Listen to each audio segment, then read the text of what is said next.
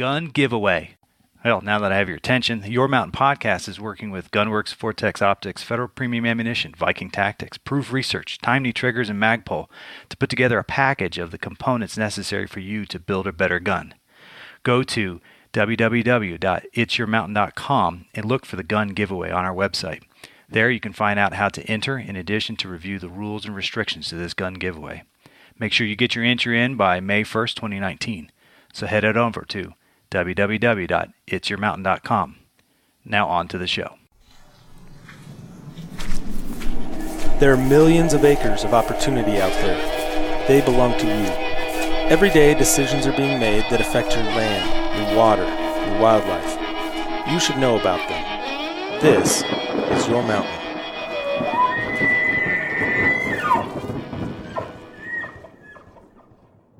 Hey, welcome everybody to another episode of the Your Mountain podcast.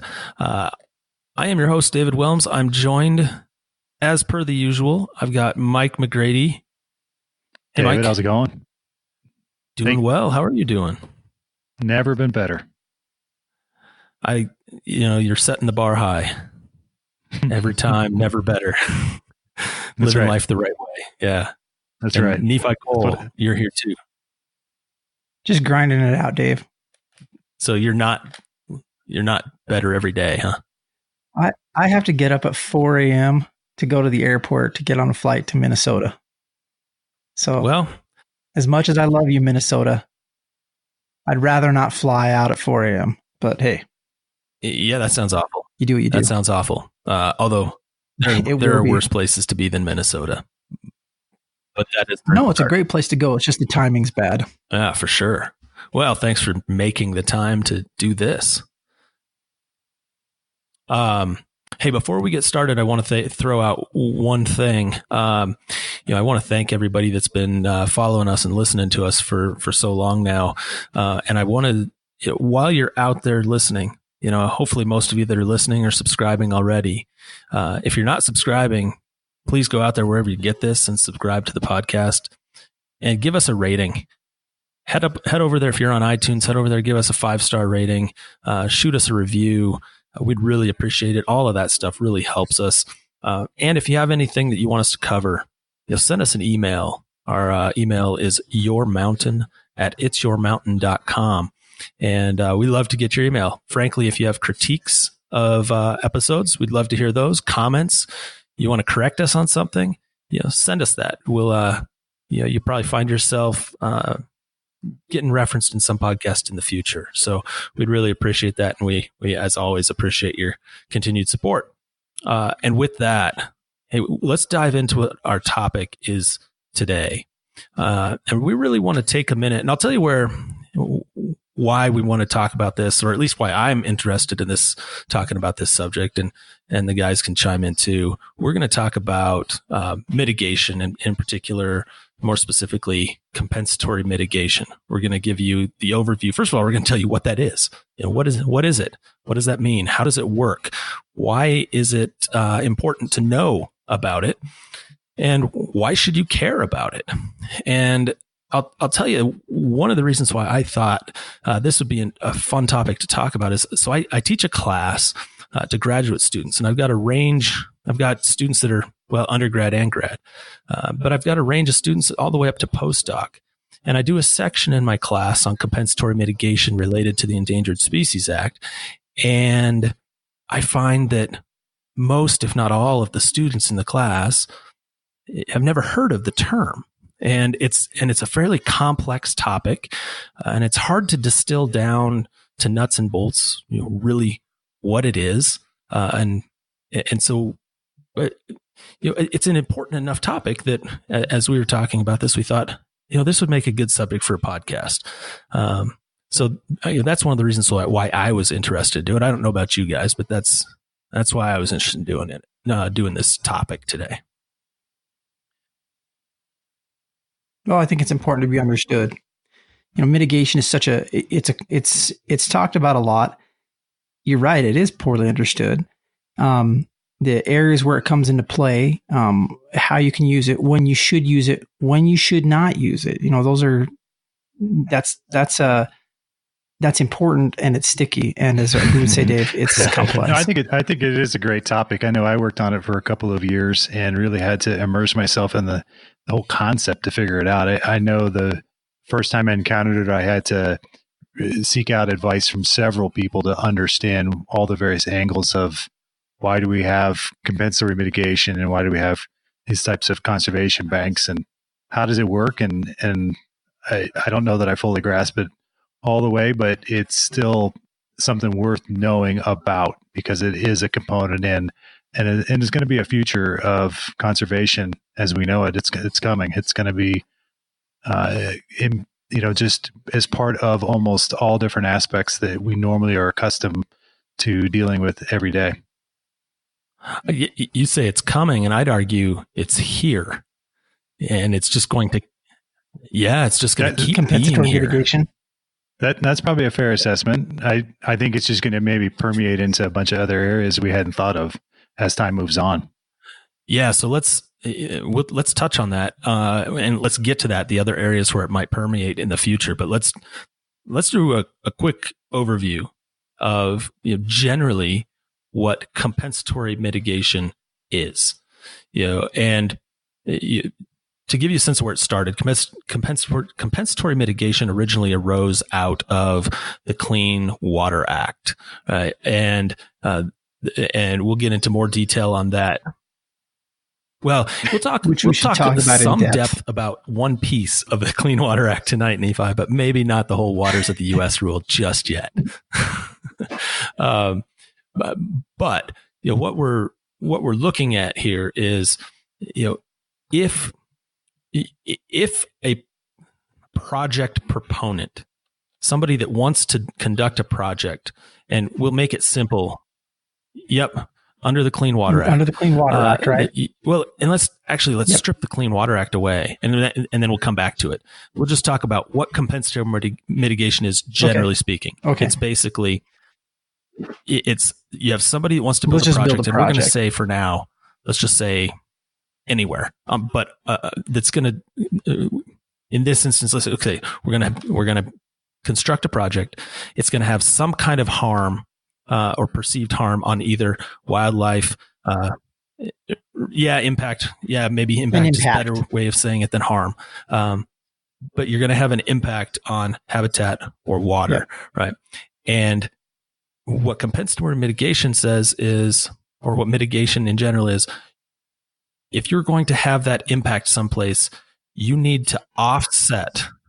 Not even potential. I think it's if there's potential for impact. If the projection is you are going to have an impact, then you have to offset that impact either on that site or off-site someplace. But you have to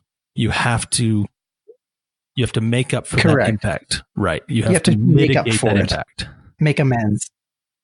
Yeah, and the reason I said that. Yeah, and the reason, Dave, that I said that is because when you talk about the mitigation sequence, it starts with when you look at if there may be a potential impact, and I may be getting ahead of us, but the first thing the preferred alternative is avoid. So if you've got something that maybe could potentially have an impact, number one priority is try and avoid that. Yeah, you're right. Number two would be to minimize it, avoid, then minimize, to compensate. Avoid.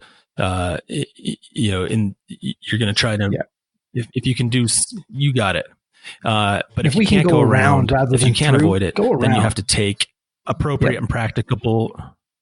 You have to take steps to first of all, take steps to minimize the adverse impact that might occur. Minimize it, and then if you still can't do that, like the way your project is constructed, you can't minimize that. Then it's time to mitigate for unavoidable adverse impacts that might remain. And that's right. And even when you're minimizing, just because you're minimizing doesn't mean you're not going to have to look for some form of compensatory mitigation. It just means, that's the first place you want to go rather than saying, it'd be a whole lot more convenient to just do it the way I want to do it. The first step is to say, okay, how could I, if I can't avoid impacts, how do I minimize my impacts? If I can't minimize them, how do I compensate let's go with them? A little at what level do we compensate? And talk about the Clean Water Act and how this idea applies to the Clean Water Act. And so the Clean Water Act prohibits Absolutely. the discharge of dredged or fill material into waters of the United States. Oh, Nephi, I just said that waters of the U.S., so that must mean something. Anyway, the Clean Water Act. You made the entire country happy. Right.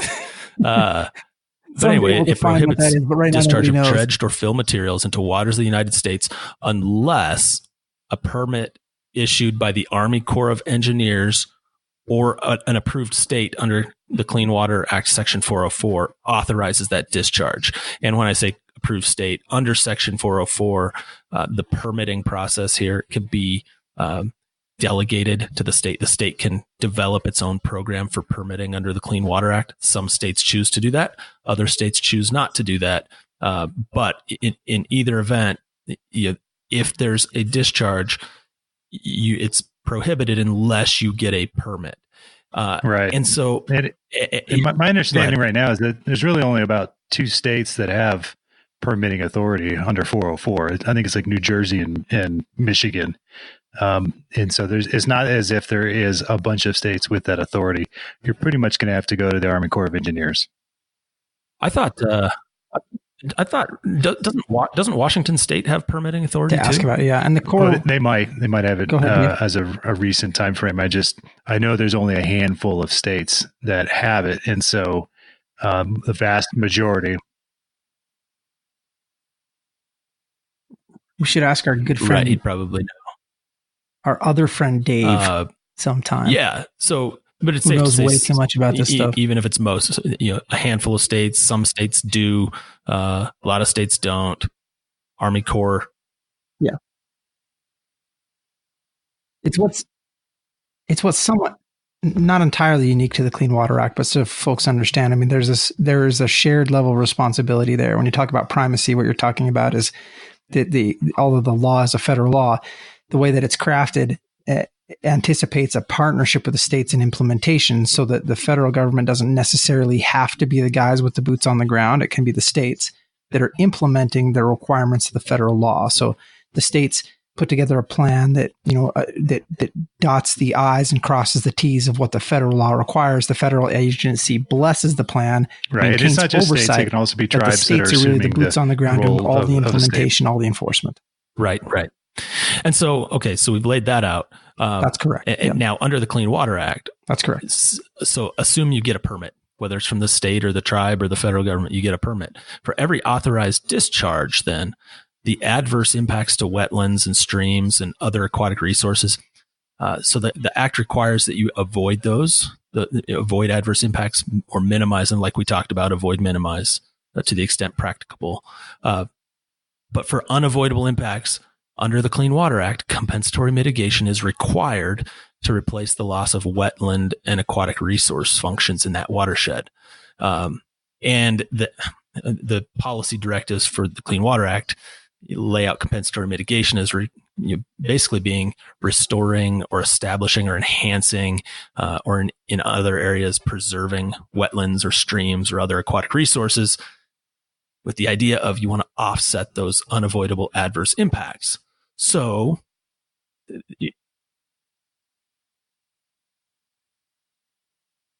that's right. So a great example up in our area is there's what's the dam that was built up above on the Little Snake?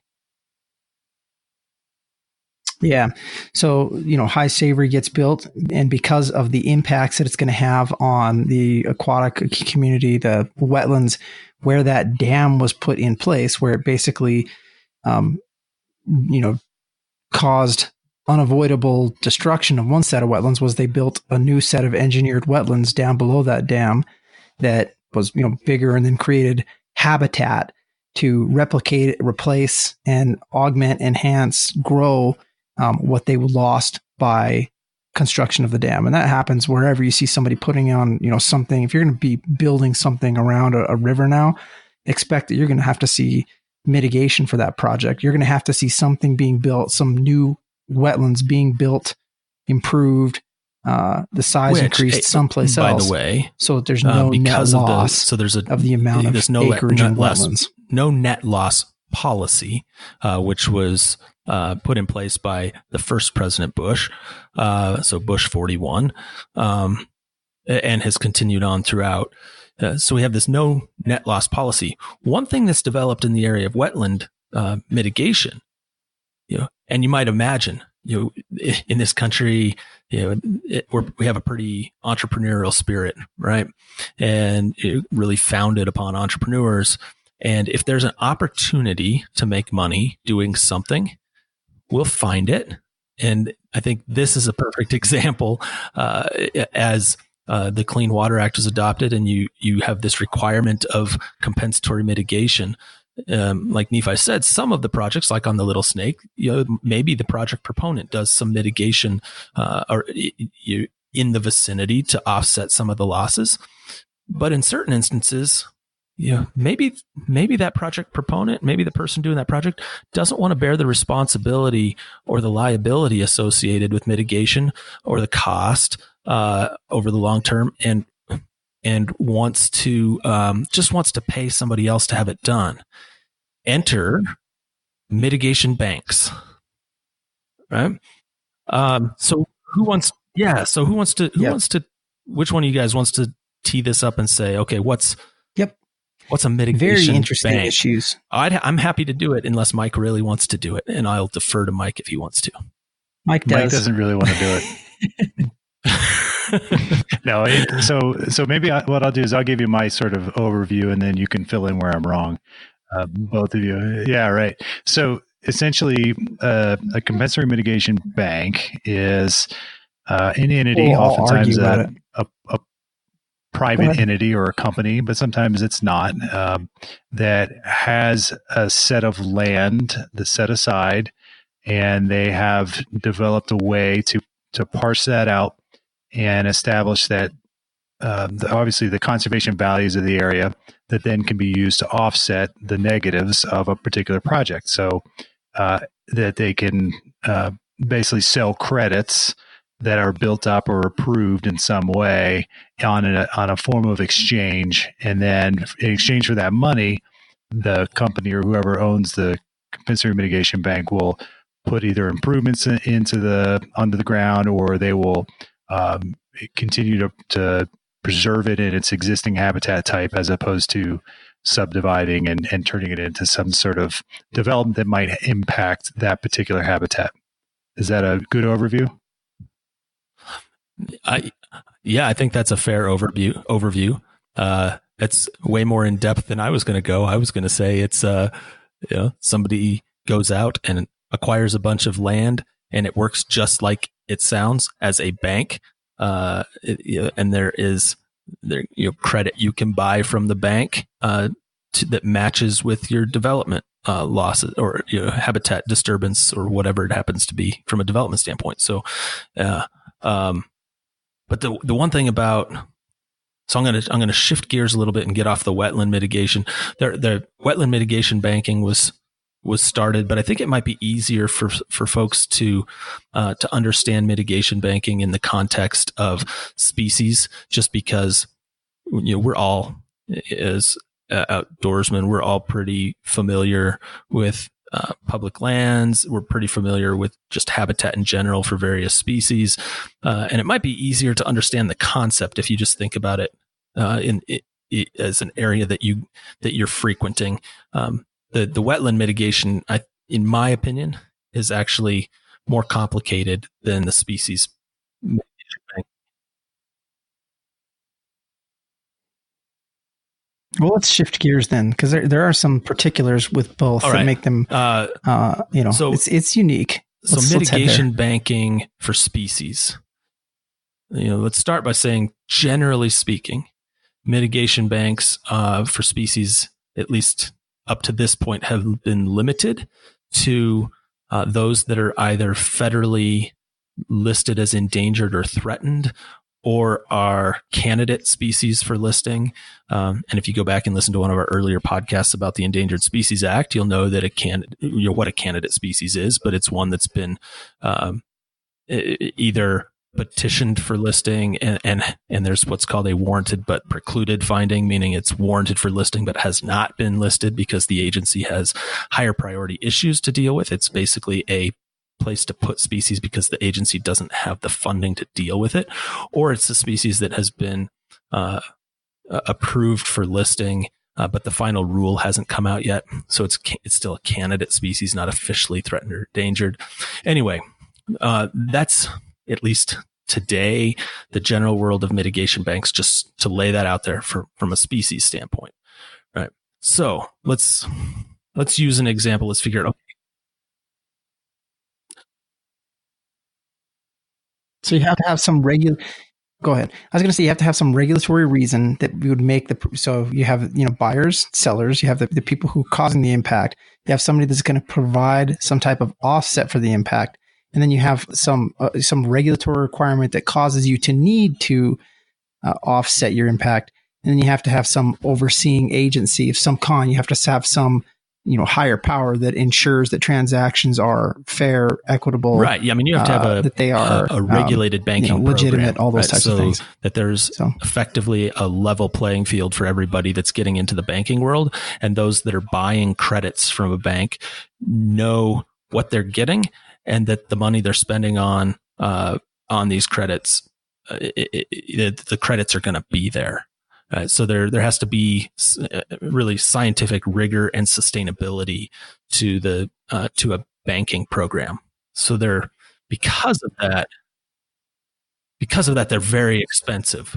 And somebody has there are a lot of boxes to check to get approval for a mitigation bank from the Fish and Wildlife Service. Right. Yeah, because ultimately what you're talking about, there has to be integrity in it because of the amount of money required to play, but also because of how high the stakes are. When you're talking about impacts potentially on a threatened or endangered species, if you're saying we're going to impact over here, and then somebody else saying, "Oh yeah, well I've got your offset over here," right? And not only that you're offset is trading there apples now, and apples, but that offset has to be there forever. Yeah. I mean, so the idea is in this bank that you're effectively putting a conservation easement over the property covered by the bank, and then meeting all the scientific standards that you have to meet to ensure that you have the right habitat quality, that the species that you're trying to mitigate is actually there in the right numbers at the right times of year, everything that you need to qualify for a bank. There's a whole host of checks that have to be hit right before a bank can be approved and before the banker can go sell. The bank holds all of the liability, right? So if I'm a developer and I'm looking for, I know I'm going to have impact and I need to offset that impact. Do I want to do that mitigation myself and pay for it? But then I still have all the liability around it.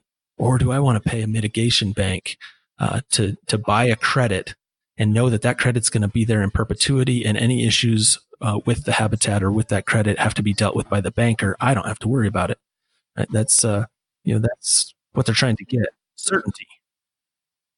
Yeah, well, that's probably not your line of business, right? So if you're to get that certainty, if you're a developer, you're probably not interested in that location on Earth that you may be impacting forever. You're interested in it for a finite period of time, and in comes the mitigation bank that is interested in, they're interested in the long term. They're interested in the perpetuity aspect where, if you're a businessman coming in to, complete some transaction, you just want to be able to get your job done and then move on. And so that's the advantage to them in not being responsible for long term and being able to pass the buck to somebody else. We're probably not doing justice to mitigation banks. There's, as far as the complexity and detail, there's so much that goes into these. We're just trying to give everybody listening. We're just trying to give you an overview, an understanding of what they are, why they exist. They're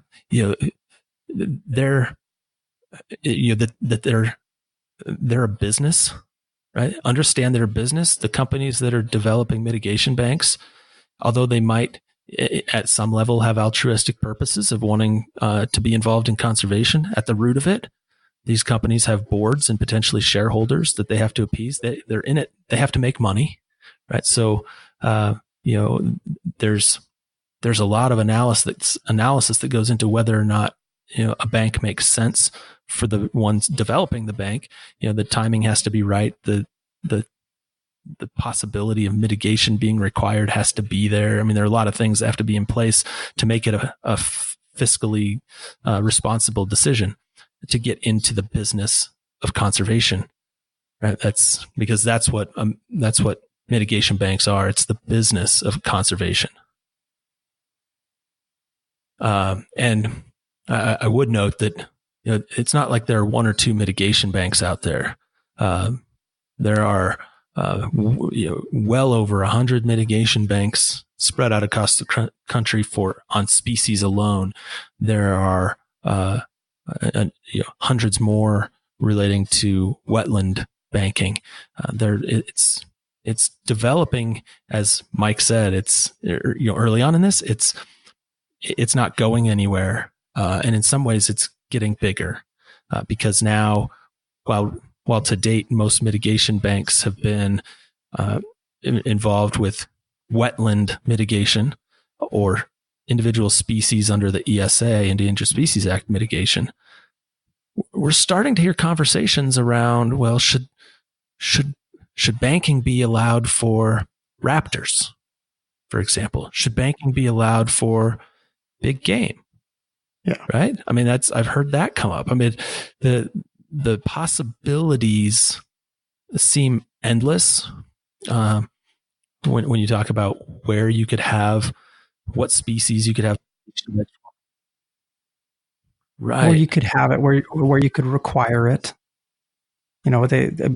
Because you're right. I mean, it's the interesting thing about it is wherever we look around it, and the more conscious people become about our impacts on the natural world, the more there's this desire to figure out, okay, well, if we're impacting it, how can we, avoid it? How can we minimize it? How can we mitigate it? And so when you start asking those questions, you start looking at, okay, well, what are the impacts? What are the negative externalities of those impacts? And then, how do we in perpetuity ensure that, we're not, that we're getting basically a no net loss to whatever that natural resource, whether it be an animal, whether it be water, whether it be air. How do we ensure that we are doing what we can to create something on the opposite side of that, so that we, so we leave things better than we found them. It's really by the way, interesting. One of the big areas that we haven't even mentioned when we talk about this becoming an even bigger business in the future, or a bigger space to play, climate change. Right there are a number of folks out there that want to have carbon-based mitigation banks to be able to sell carbon on a global marketplace. Right? I mean, it has. And just so you know, it's been proposed. And just so you know, the value behind this, and this data is a little bit outdated. It probably means it's only gone up from here. But it's like 9 years outdated. But as of 2010, just, when I'm saying that this is a business decision, the business of conservation, here's the price range of what a credit sells for species only, not even wetland. This is species-based credits for mitigation banks. They range from, and when I say credit, a credit can be 1 acre, it can be 10 acres. It really depends on the bank. I want to make sure that's clear, that one credit doesn't equal 1 acre. It varies based on the bank. But in this particular study, the price per credit varied from between $1,836 per credit to $400,000 per credit, and the median value of $33,027 per credit. And this same study said that U.S. Conservation Bank credits generated $200 million a year in sales. And this was as of a decade ago. So we're talking, and it's only grown since then. So we're talking about growing area of business, this business of conservation, right? So Dave, I want to, if I can touch on just quickly on how complex this is for everybody to kind of wrap your heads around. You just mentioned it, what we were talking about, this wide variety and how much credit A cost versus how much credit B cost. And one of the real challenges of this mitigation banking world is making sure that where the market is established and you're saying to somebody, this is your impact, you're going to destroy a hectare of whatever. So therefore you're going to impact a hectare. So, therefore, you need to have you have a level of protection equivalent to that someplace else. That one of the huge challenges is making sure that whoever is buying that credit, assuming that they're going to get their offset, that the person that's providing it. So the on the ground caretaker, the bank, the contractee, whatever, that person, you need to be able to make sure that you're actually getting your value on the back end that you paid for on the front end. And that if one guy over here on my left hand is selling something for $10, if you go over to the guy on the right hand side and he says, "Oh, I'm going to sell you the same thing for $5," you better be able to make sure that you're actually getting the same benefit from the $5 as you are from the $10, because the requirement, when we're looking at this thing, we're looking at the impact. The impact doesn't care how much you paid for the resource to be protected. It just cares that the actual mitigation occurs and that it's there. And that's what makes this really complex, is especially when you move away from a point of impact and you start looking at, how far away you can get from a certain point and still be able to get the right level of mitigation and all those types of things. Man, we could gets spend, complex. Yeah. A month, 2 months, 3 months worth of podcasts just trying to dive into the complexity. So that's exactly what we're going to do. No, so we're going to. Actually, I only have 2 more thoughts that I kind of wanted to point out before we wrap up today, and then defer to you guys on or kick it over to you guys for your thoughts too. Recognizing that we have scratched the proverbial surface of this. We've just barely touched on, compensatory mitigation and, mitigation banking. We haven't even talked about some of the other ways to do mitigation, like in-lieu fee programs. And there are other ways to do compensatory or mitigation we haven't even gotten into, right? And so Nephi's right. This is incredibly complex. 2 things that I wanted to mention. One, when you hear offsite mitigation, or you hear terms like no net loss, if you really break it down and look at it, this is a personal observation, right? There's no such thing as no net loss in this world of compensatory mitigation, because what you're doing is somewhere habitat is being developed. And in response to that, you're paying somebody else not to develop other, habitat someplace else. That's really what compensatory mitigation is. You're paying somebody else not to develop or to improve habitat someplace else. Once an acre of land is gone, an acre of land is gone. You can't make more land. So that's just one observation I have. I personally, it's an internal struggle for me on what, there are benefits to compensatory mitigation, but I struggle when anybody says we're offsetting loss by protecting other habitat, because all you're doing is you've lost acreage. Anytime you do this, you're losing. There's fragmentation. You're losing acreage. Yeah, so that's one thought. The other thing I'd also mention about these, though, and this is maybe a more positive thought, is that most of these mitigation banks, about 2/3 of mitigation banks, it might even be more than that now, the banks themselves still allow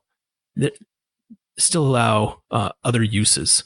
So don't think that just because there's a mitigation bank means it's for that species and nothing else. You can't use it in any way. A lot of them still allow cattle grazing, biking, horseback riding, hiking, And yes, hunting and fishing, even sometimes hunting for the species that's protected by the mitigation bank can be allowed, right? So if it's in this instance, if it's a candidate species not actually listed as threatened or endangered, and so I think that's my second point is just that making it clear that just because you have a mitigation bank set aside doesn't mean that there's a single exclusive use. It just means you have this higher standard, or this maybe not higher, but this very high standard on development and use, and that you have to protect this place for the values important to that species that's covered by the mitigation bank.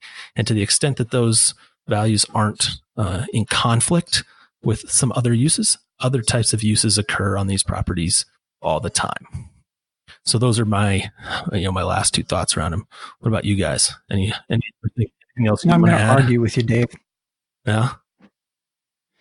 Yeah, I mean, my 2 cents on this would be, I understand the concern and the point. Like when an acre's gone, it's gone. Looking at it from, I look at it from the perspective of having worked for an agency that does work to do reclamation, mitigation, improvement, and all I did for years was work with landowners and people along streams, for example, to do stream work, to take a stretch of river that was degraded, that was in, that for example, wouldn't support cold water fisheries, and to turn that into through a large amount of engineering and a whole bunch of money into world-class fisheries to restore environments that were gone. And I think those opportunities are there with mitigation banking. So that should not be lost, is that somebody can, if you're going to see impacts in one place,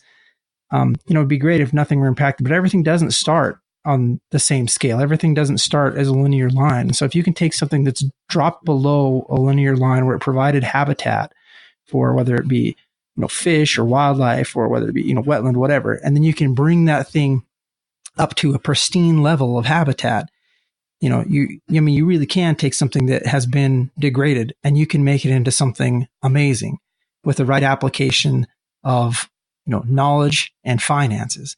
And so, yeah, where you can see an impact in one place, you really can get huge bang for your buck and get maybe better habitat in location number 2, more species, more fish, or more whatever it was in location number 2 by, through this process. And so while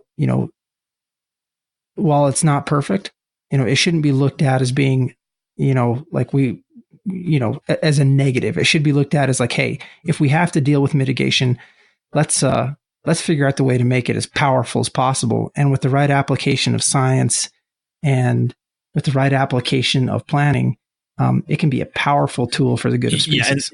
Yeah, and let me really quickly respond before kicking it to Mike, because I don't disagree with anything you said, but I would mention that since the Clean Water Act was adopted, and we've had no net loss policy, we've still lost wetlands. So you're right that there's an opportunity, but I'm not convinced we've actually taken advantage of that opportunity yet. And right now, no net loss in the wetlands context has still been meaning loss. And we don't even have a no net loss standard in the wildlife context. And we're certainly seeing loss there. But I completely agree with you that the opportunity is there, and the ingenuity is there, and the intellect is there to make it happen. It's just not realizing its full potential yet, in my opinion. Yeah, and we've all been to those locations where people have put the elbow grease and the work in, and I mean, if anything ought to make you optimistic about the future of what we're doing, it's having seen where we've taken those opportunities with habitat, just like we did with wildlife at the turn of the last century, and done it. We all ought to be able to say, like, you know what? We can do this. And that's, to me, that's the exciting part. I agree. We can do it. Now we have to do it. Yeah. Well, it certainly is sort of a an odd thing when you put it that way, Dave. And that's how I kind of view it too, to some extent. But in order for me to conceptualize it, I have to think of Farmer Joe on one end and Farmer Stan on the other, and they both have equal opportunity and equal ability to develop that land, whether it's a lithium mine or a coal mine or an oil and gas project of some sort.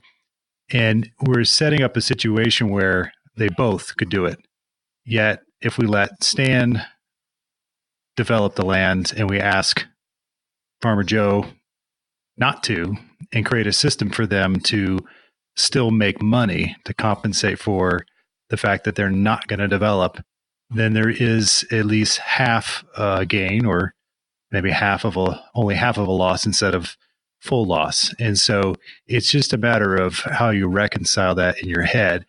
Ideally, the Farmer Joe will take some of the money, and it will put it back into the habitat to preserve the habitat in perpetuity for the benefit of the species that is causing us to decide we need to set this particular spot aside.